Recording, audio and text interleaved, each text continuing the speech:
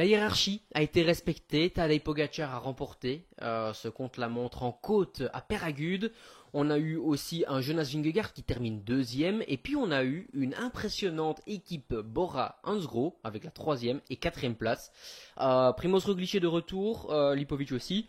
Premièrement, quelle est ta sensation sur ce contre-la-montre dominé par Tadej Pogacar? Oui, évidemment, Pogacar très fort. On l'a montre qui a été marqué par le choix de matériel.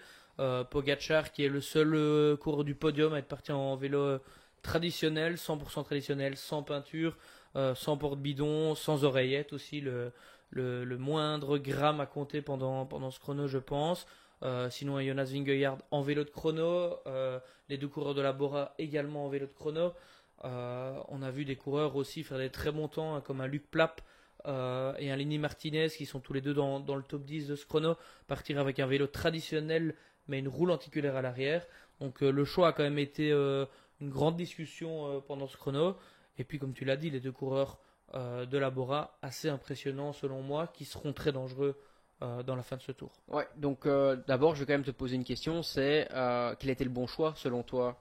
Est-ce que c'était le vélo tout simplement comme Tadej Pogacar, il a gagné, mais est-ce que c'est pas parce qu'il était le plus fort? Et puis finalement, le troisième, le deuxième, le troisième, le quatrième sont en vélo de chrono. Oui, ils sont en vélo de chrono, ils avaient l'air de bien marcher, mais la grosse différence pour moi a été l'utilisation de ce matériel. On a vu les coureurs de la Red Bull Bora bien utiliser leur cockpit aéro, être en position aéro tout le temps sur les prolongateurs, ce qui est très très difficile en porte comme ça, à part les deux derniers kilomètres et le dernier mur. Ils ont presque tout fait sans se mettre en danseuse sur les prolongateurs. Position déjà très difficile à garder sur le plat. Alors en montée, n'imagine pas. Donc je pense que ça leur a bien plu de choisir ça parce que ça a bien fonctionné. Quelqu'un pour qui ça n'a pas trop fonctionné, c'est Remco Evenepoel qui avait un vélo traditionnel mais avec un cockpit aéro qui finalement on avait l'impression n'arrivait pas à trouver sa position. Oui, il avait son vélo traditionnel et son cockpit aéro, tu le dis, mais je pense que c'est un mauvais choix, parce que ça veut dire qu'il est dans une position qu'il ne pratique jamais. On le sait, il est très très bien mis sur son vélo de chrono. On le sait, il roule toute l'année sur son vélo de route. Et là, il a fait un choix un peu entre les deux pour essayer de trouver ce qui était la meilleure position. Mais je trouve que ça a été malheureusement, un peu de l'amateurisme, je trouve. Je dis pas que c'est de l'amateurisme, mais en tout cas, ça a été de la solution de rapide, roue de secours, et pas quelque chose qui a été entraîné pendant des mois et des mois. Donc voilà, moi je pense que le choix le plus judicieux était soit, non, pour moi c'était quand même le vélo de route, ou alors, ici je trouve qu'il fallait utiliser la position, ce qui n'a pas été fait par Remco Evenepoel. On l'a jamais vu, hormis sur le plat, en position, ce qui est quand même dommage. Oui, ce qui est dommage. Puis ces coureurs qui ont utilisé un vélo de chrono, comme les coureurs de la Lipovic et Red Bull Roglic, ouais. Bora et comme les coureurs aussi de la Visma, parce que Renson était aussi en vélo de chrono. Non, vélo de route, en vélo de route, Ah, il était en vélo de route. Mais de un, ça correspond à certains coureurs et à d'autres pas. Mais ce qui m'impressionne moi, c'est que on dit souvent que Pogacar a cette position entre guillemets facile sur le chrono. Il est une position tellement travaillée.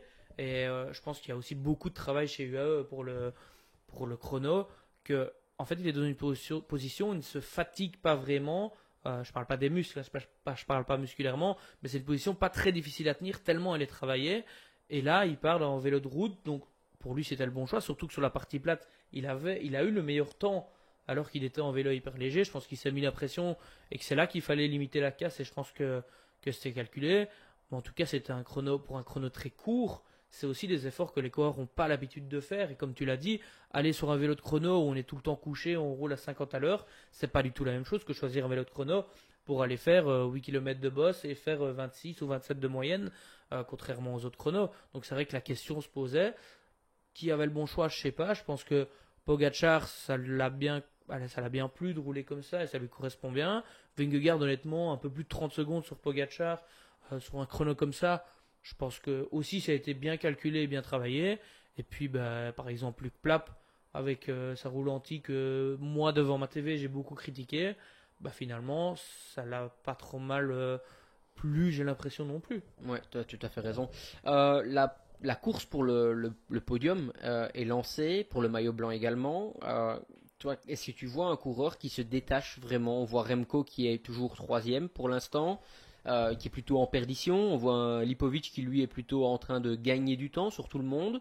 On voit un Primoz Roglic qui lui revient dans la course alors qu'on s'y attendait presque plus, je vais dire. Oscar Onley, Vauquelin qui sont là depuis le début du tour. Peut-être même encore, allez, si je tire vraiment loin la liste avec un Johansen. Est-ce que tu vois un concurrent se détacher? Ben, j'ai envie de dire non, parce que, et surtout que pour moi, la lutte pour ce podium, à part peut-être avec Roglic, est presque la même que la lutte pour ce maillot blanc. Parce que, comme tu as cité, les quatre noms qui sont vraiment dans un mouchoir de poche, avec Remco qui, quand même, essuie 2 jours de suite une défaillance, même si hier, il a quand même pas trop mal limité la casse entre nous pour un coureur qui fait une défaillance en montagne. Aujourd'hui, c'était pas trop ça. Je pense que le mental, surtout, en a pris un coup. Savoir comment il va réagir demain, parce que demain on a 4 cols, 2 cols hors catégorie, arrivé au sommet, on passe au Tourmalet, le sommet du Tour, donc ça va encore être une étape de folie, la dernière dans ces Pyrénées. Et puis les 4 coureurs que tu as dit n'arrêtent pas de nous impressionner. Moi je vois Lipovic sur la première étape des Pyrénées, qui a été le troisième homme, qui a été très très fort. Oscar Onley qui depuis le début est toujours là, en fait, Oui. est toujours là, que ce soit sur les étapes de montagne, de moyenne montagne ou même sur le chrono, un chrono difficile, on l'a vu. Vauquelin, c'est un peu l'interrogation. Vauquelin qui est un peu le nouveau, j'ai envie de dire, chouchou des Français, que même nous, je pense, on admire beaucoup. On ne sait pas s'il va perdre beaucoup de temps rapidement, s'il va limiter la casse, mais 13 étapes, il est toujours là. Donc je pense que pour le moment, il n'y a pas de raison qu'il n'y aille pas. Et je pense qu'il va tout faire à fond pour jouer ce classement. Donc bref, la lutte s'annonce et il y a quelques secondes entre ces 4 coureurs-là. Et je me réjouis déjà de voir demain. Je pense qu'on devra pas mal faire les comptes, que ce soit au classement général et pour le maillot blanc. Mais en tout cas, la bagarre dès demain s'annonce terrible pour ces équipes-là. Ouais, moi j'ai deux petits débats pour toi aujourd'hui. Le premier, c'est sur Remco Evenepoel. On l'a vu hier assez isolé. On l'a fait isolé à moitié avec Skakman et Evan Wilder, mais malgré tout, quand même pas tellement aidé. On a vu un Valentin Paré-Peintre qui n'était pas au niveau. Est-ce que Remco, il est pas temps qu'il change d'équipe? Si, selon moi, il est temps parce que il était déjà annoncé l'année passée du côté de l'équipe Ineos, là où c'est encore les rumeurs pour cette année. Et selon moi, c'est l'équipe qui lui correspond à merveille. Quand on voit l'équipe qu'il a sur ce Tour de France, même s'il a perdu un Cataneo très tôt, on a un Paré-Peintre qui est pas très haut niveau, j'ai l'impression, même s'il n'était pas prévu au départ. Puis on a quand même les gars qui sont là pour Merlir, donc ça veut dire qu'on a une demi-équipe qui est pas là. Et l'équipe Ineos est l'équipe qui lui correspond. Pourquoi? Parce que c'est une équipe qui a énormément d'expérience sur les grands tours. On se souvient de l'ère Thomas, Wiggins, Froome, même Bernal. N'a plus maintenant ce gars qui peut aller titiller les meilleurs. Et j'ai l'impression que Remco, à chaque fois, c'est un petit peu le troisième homme, alors qu'il n'a pas l'équipe pour aller avec. Alors s'il a l'équipe, l'expérience d'une équipe, l'encadrement, une équipe à 100% dédiée pour lui, ce qu'il n'a pas cette année, je pense que ça peut changer beaucoup de choses. Et puis, voilà, je pense qu'il a déjà une carrière extraordinaire. Je pense que son objectif, c'est gagner le Tour. Il est champion du monde, multiple champion du monde, il est champion olympique. Il a gagné pas mal de grandes classiques et je pense qu'il en gagnera encore. Mais je pense que son objectif là, le plus rapidement possible, ça va être gagner le Tour. Ou au moins le Giro, au moins. Oui, au moins le Giro, mais en tout cas, d'en gagner, parce que oui, il a gagné sur la Vuelta, mais le gars qu'on faisait de lui le futur vainqueur du Tour de France très rapidement, finalement, on voit des gars de plus en plus jeunes monter. Et Remco, certes, il est encore très jeune, mais il vieillit. Et une année, ça passe très vite, surtout qu'il n'a pas, faut quand même le rappeler, été épargné par les chutes. Et quand on commence sa saison mi-avril ou fin avril, quand tout le monde l'a commencé en février, quand on a eu un moral pas trop bien tout l'hiver, soit ça passe, soit ça. Je vais pas dire que ça casse parce qu'il est quand même très fort et on parle d'un gars qui est troisième de la plus grande course du monde, mais je pense que tout ça joue et être dans un nouvel environnement, ça peut lui changer la vie honnêtement. Ouais, je suis tout à fait d'accord avec toi parce que j'ai vraiment l'impression que dans le top 10, peut-être que c'est une des plus faibles équipes autour de lui. Quand on voit comment l'équipe Arkea, BNB Hotel qui va disparaître à la fin de l'année, qui avait encore hier Christian Rodriguez, qui avait encore Raúl Garcia Perna pardon, dans le top 15 de l'étape avec Vauquelin, c'est clair qu'on ne s'attendait pas à ça. Quand on voit que l'équipe Picnic Postnenel a peut-être Warren Barguil, qui a Frank Vandenbroek pour aider Oscar Onley, quand Johansen a un Abramsen pour rouler en tête de groupe et autres, bah, c'est clair que Legnosun aussi, avec son beau maillot, bah voilà, c'est clair que c'est difficile de concurrencer.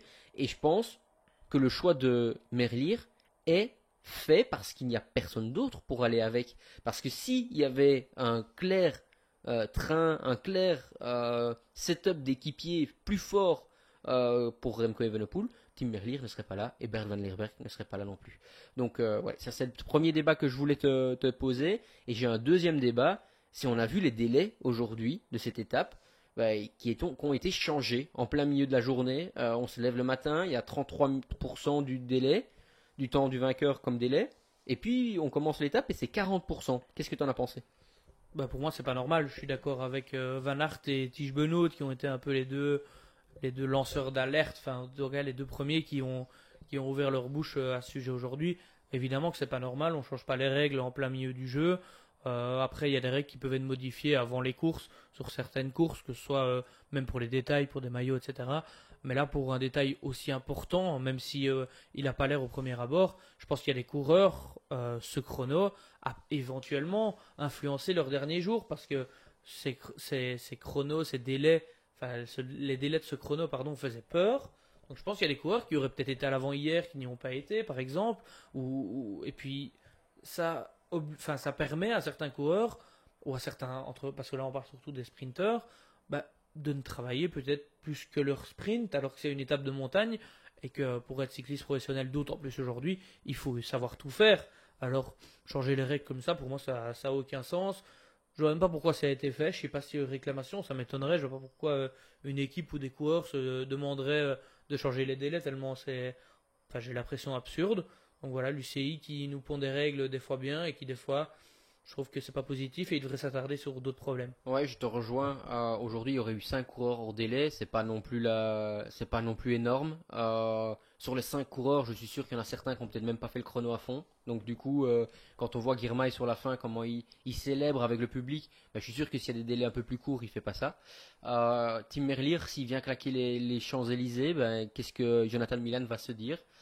Qu'aujourd'hui, ben, malheureusement, Jonathan Milan, il a été sur le Dauphiné pour faire des kilomètres en montagne, pour avoir le coup de pédale. Et il a peut-être travaillé un petit peu moins son sprint ces dernières semaines avant le Tour de France pour être prêt pour passer ce genre d'étape. Finalement, Tim Merlier, lui qui a été sur le Tour de Belgique sur des courses quasi toutes plates, bah, finalement est avantagé. Et puis même des coureurs comme Wout van Aert, des coureurs comme Mathieu Van Der Poel qui vise peut-être le maillot vert, Wout van Aert qui peut dans un sprint massif remporter peut-être éventuellement une victoire. Et donc du coup, ben voilà, tous ces sprinteurs là, ils sont pas éliminés. Et donc ça, c'est je trouve un peu dommage, mais encore une fois, l'UCI décide, enfin les coureurs s'adaptent, mais malheureusement, je trouve que l'UCI décide pas toujours dans la bonne direction. Et ici, c'est vraiment un des cas où je trouve que ça a été un peu d'excès de zèle. Oui, puis c'est pas dans l'intérêt des coureurs et de la course. Le but d'une course de vélo, c'est de faire la course. Il y a des gagnants, il y en a qui sont après lui.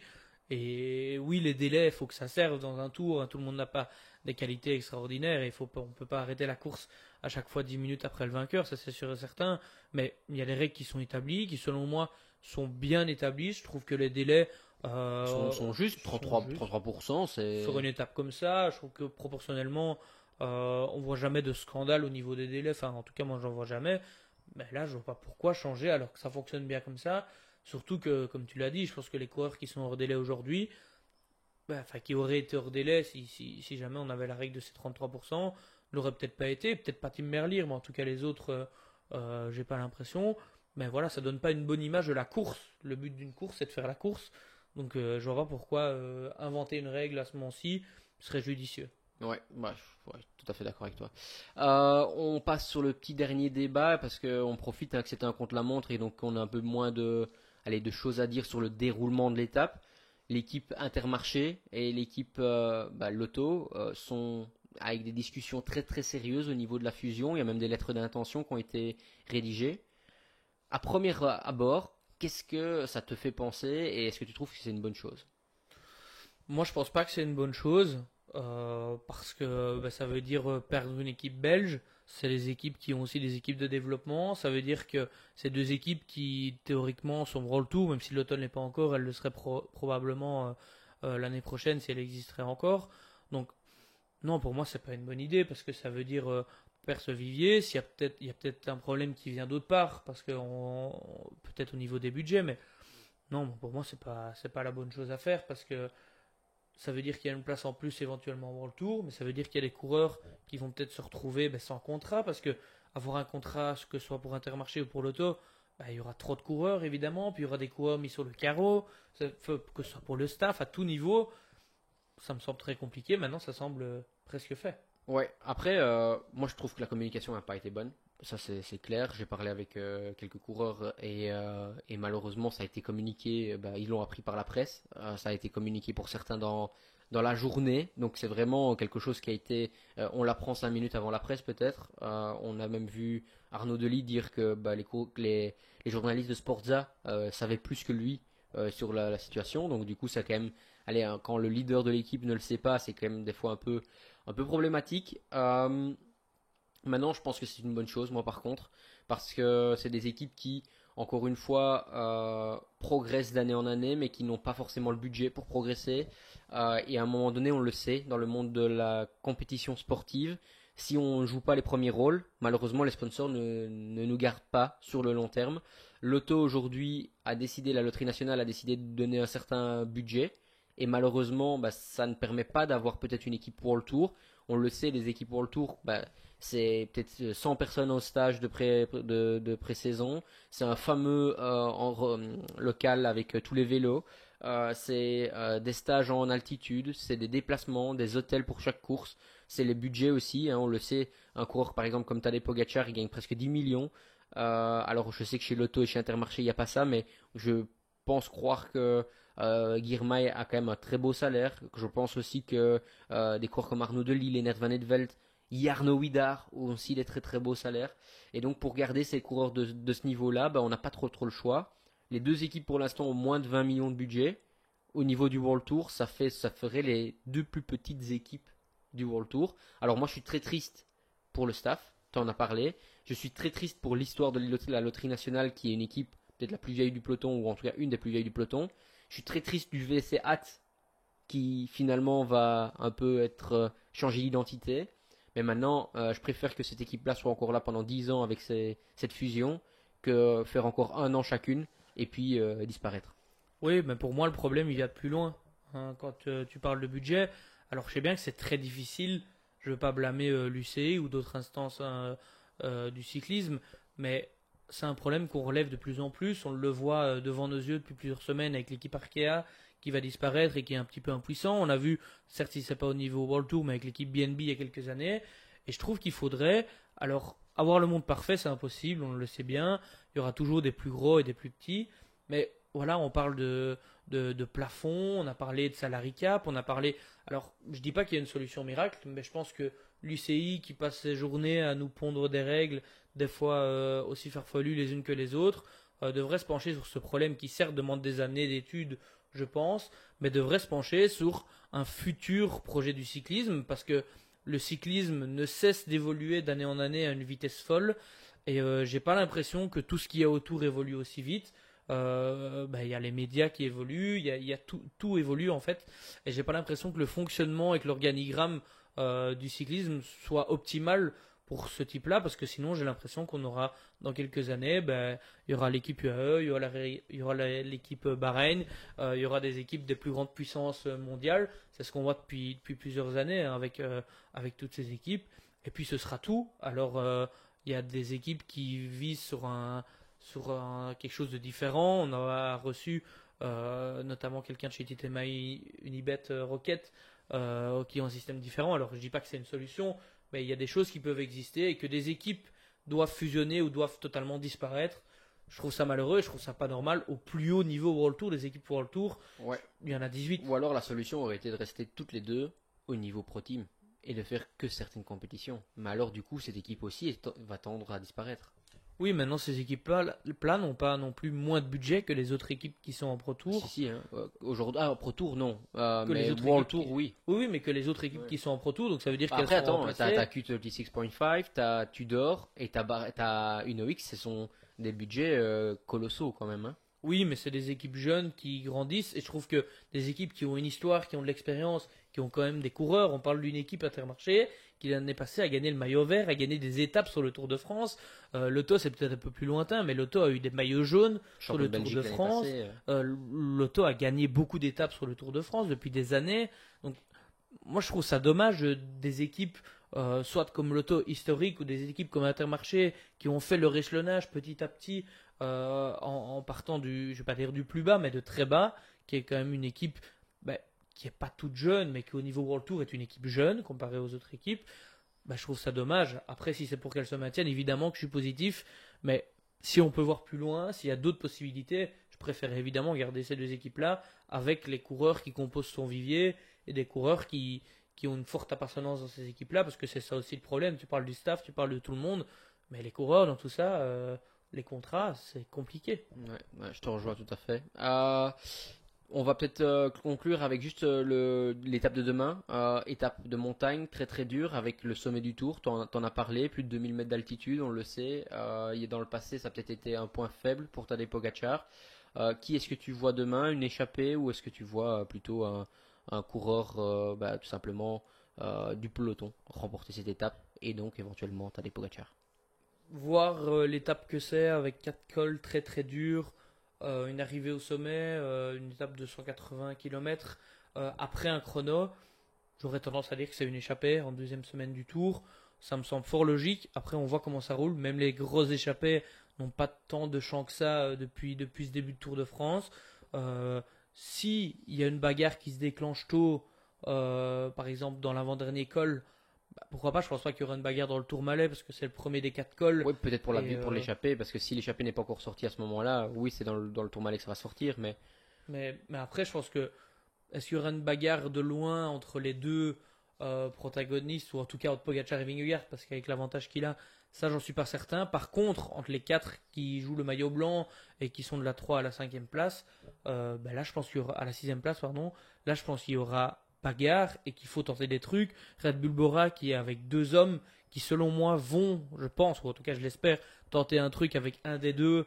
Je pense que ce sera même peut-être Roglic de partir éventuellement de plus loin. Est-ce que ce sera demain ou est-ce que ce sera dans les Alpes, j'en sais rien. Mais je pense que là où il y aura le plus de bagarre, c'est pour ce podium, pour ce maillot blanc et pour ces équipes-là qui, on a l'impression, sont un peu plus à armes égales que les deux ogres qui sont devant. Qu'est-ce que va faire Remco Evenepoel? Lui, je pense que son objectif, c'est qu'il ne se passe rien avant la dernière montée et de récupérer un maximum. Mais je pense que ça va être une étape de fou. Et je pense qu'on va quand même voir de la bagarre parce qu'une étape comme ça, s'il n'y a pas de bagarre, c'est très bizarre. ton favori alors du coup?